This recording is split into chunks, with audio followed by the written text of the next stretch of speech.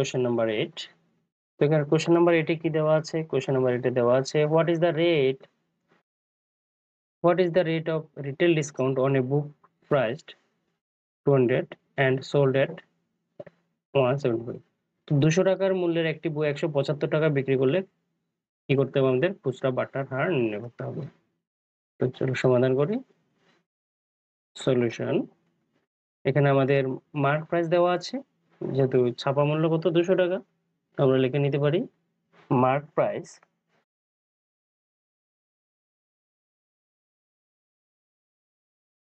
Price equal to 200 এবং selling price equal to কি আছে 175। তাহলে আমাদের কি হচ্ছে ডিসকাউন্ট বের করে নিতে পারি আমরা। ডিসকাউন্ট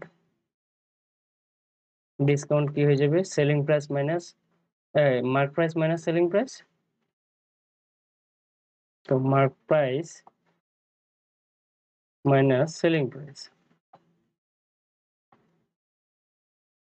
তো মার্ক প্রাইস আমাদের কত দেওয়া আছে? ₹200 মাইনাস সেলিং প্রাইস দেওয়া আছে 175।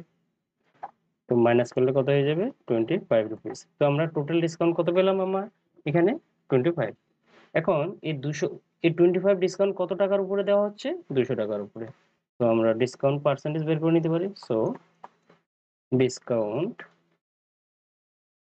Percentage is equal to discount into 100 upon mark price। তো ডিসকাউন্ট হচ্ছে 25 রুপিস ইন্টু 100 এবং মার্ক প্রাইস দেওয়া আছে আমাদের 200। তো আমরা যদি ডিভাইড করি পাই 0 দিয়ে 0 কে ডিভাইড করে গেলে এবং 2 দিয়ে যদি 25 কে ডিভাইড করি হবে কত?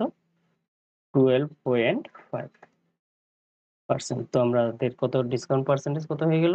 ডিসকাউন্ট পার্সেন্টেজ হয়ে গেল 12.5 রুপিস। তো এখানে রিটেল ডিসকাউন্ট বলছে, তো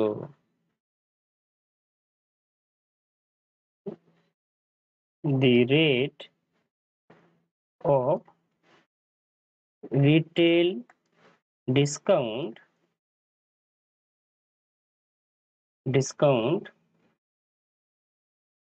is 12.5%।